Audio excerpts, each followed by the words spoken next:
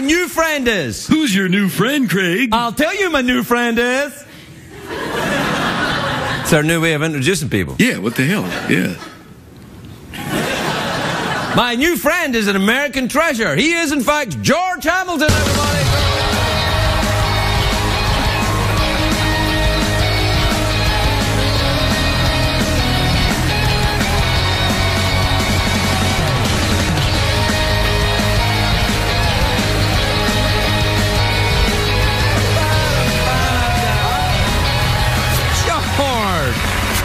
George, how lovely to see you. You look very, very nice indeed. But you mentioned something. You thought I was thin. I think you look a little thinner than I've seen you in the past. You look. You've lost weight. Have you had an accident? No, about 118 pounds. 118? Yes, my girlfriend, the doctor, and I have broken up. Oh, I'm terribly sad. I thought you were. I thought you rather liked this one. Well, I did, but you know, there's a point where she wanted to have children and marriage, and I just don't want stretch marks. Well, I didn't mean to say that. No, I know. It's a cheap thing. I know, but that's the show, and you'll fit in rather well if you do that. Well, I'm concerned though. Are you lonely? Are you are you all right? How you? Well, clearly you're not eating. Well, I'm eating, but you know, intravenously. But I've left my name on the men's room and the ladies' room for a good time call. Oh. And I'm just hoping, you know, I don't want any dog walking. I don't want older ladies to ask me to take their dogs out. I want something more substantive, you know. Well, a job of some kind. You want a job? Yes, I want a woman that sees me as a breadwinner. I see. Are you a breadwinner? I don't know. I've never worked. Ah. What do you think? Yeah, you could make a lot of fashion modeling. You could do that. You've done that, haven't you? Well. Yeah.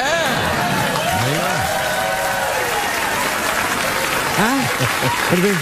Yeah. I'd like to be in a window somewhere. Well, you can't. What about Amsterdam? Well, that's any of you been to Amsterdam and see those windows? In Amsterdam, the ladies who are and the gentlemen who are of the night. Yeah.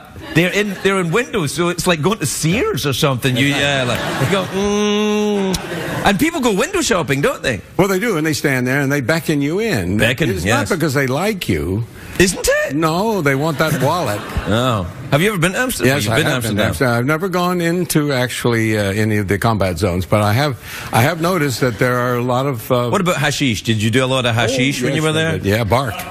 Yeah. Barca hash. Barca hash? Well, that's what they called it in those days, barca.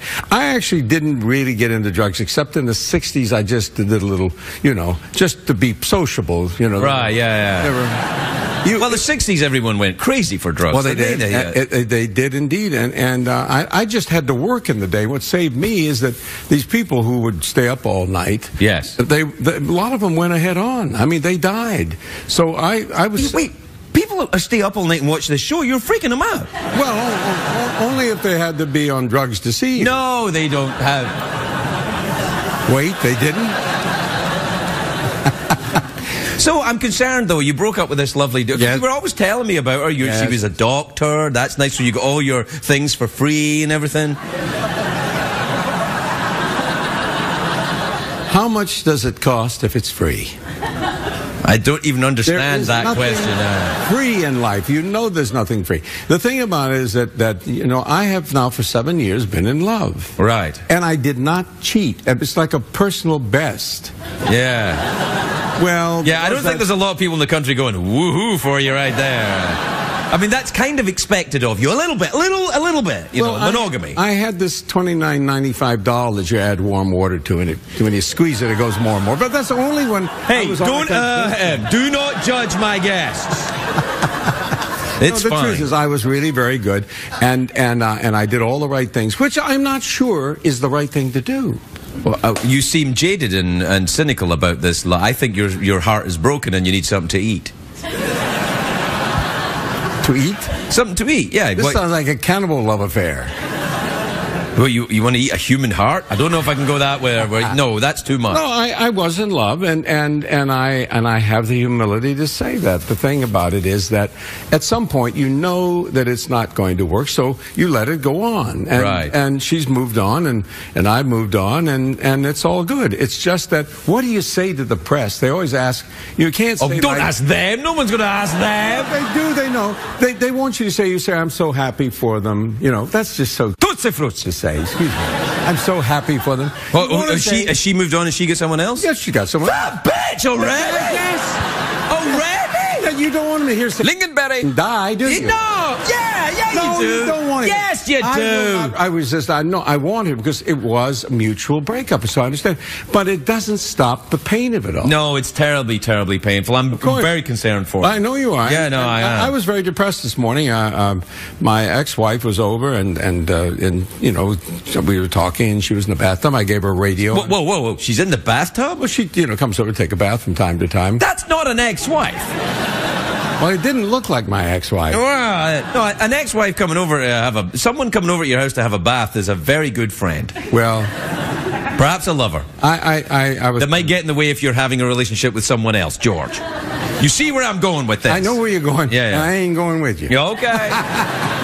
The thing about it all is that it's funny how all these things are positive in the end, because you know that you got to go on and life, and it teaches you a lesson.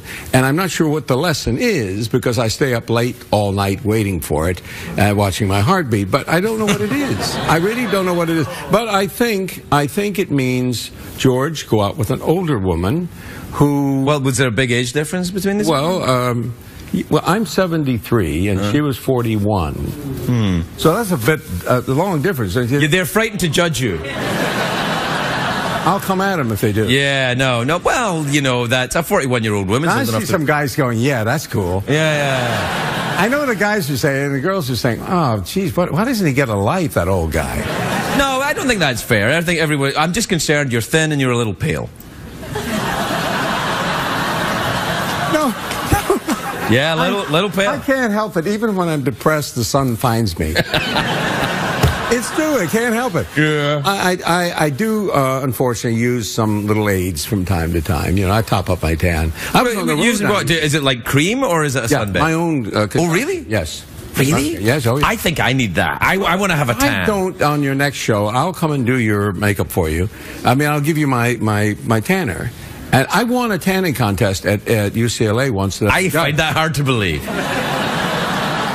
That they had a tanning contest. It's a respected university. They're like, what are we going to do now? Invent something? Let's have a tanning contest. Well, but I thought it was, for my image, it was very good. I went out there. There were 1,000 kids, and we all started at 8 o'clock in the morning. And by 5 o'clock in the afternoon, we had a judging. It went from teak to ebony, these colors. And if you're not going to believe it, but I was the winner. I'd gone the biggest difference, because I know all the tips. Oh, you know the tanning tips. Yes, I was voted the best, fifth best looking black man in America. We'll take a brief segment off while I tell George what he can and can't say on television, and we'll be right back.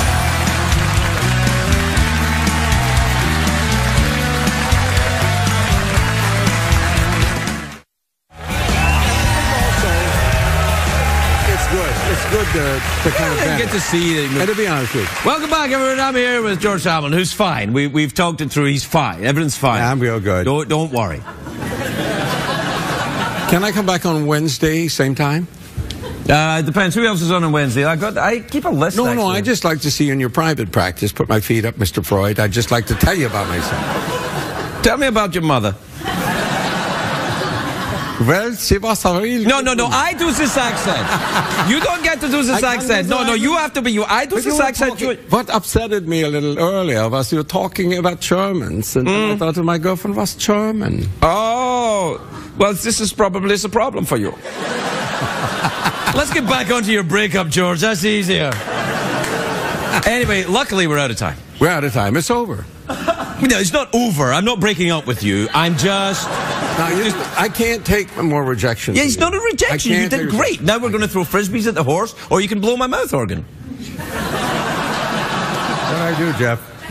I still want to know what the number is on the bathroom stall. Come on, you want to throw frisbees at the horse or play the mouth organ? I'll do both. You talk a good game, sailor. Let's see it. All right.